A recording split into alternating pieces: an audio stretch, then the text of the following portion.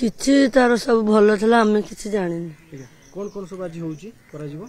आज पाठ पढ़ा पढ़ी हेबो सब हेबो तापर ताकू दिया हेबो दिया माने कोन आपन टिके ये कोन अछि टिके कोन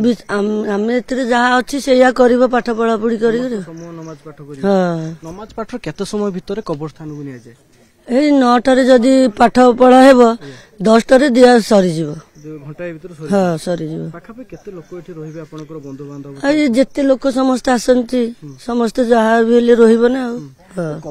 कब्रस्थान को नला परे समस्त अल्प अल्प किछि माटी दियंती हां से जेते बडे कब्रस्थान को जीवो समस्त माटी दिया दी हेबो तापर सेठी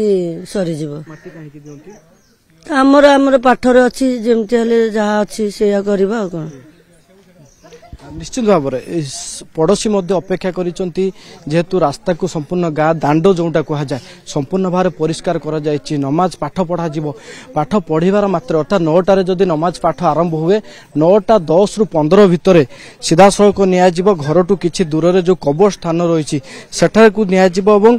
बंधु बांधव पड़ोशी शेषकृत्य और अमर आत्मार सद्गति पाई माटी किछि किछि कब्रस्थान देबे एवं दबा परे पाखापाखि 10टा भितर शेष नमाज पाठ पढ़ा जीवो एवं शेष हबो संपूर्ण हबो जे मर शरीर को कब्र दबा शेषकृत्य करा जीवो एवं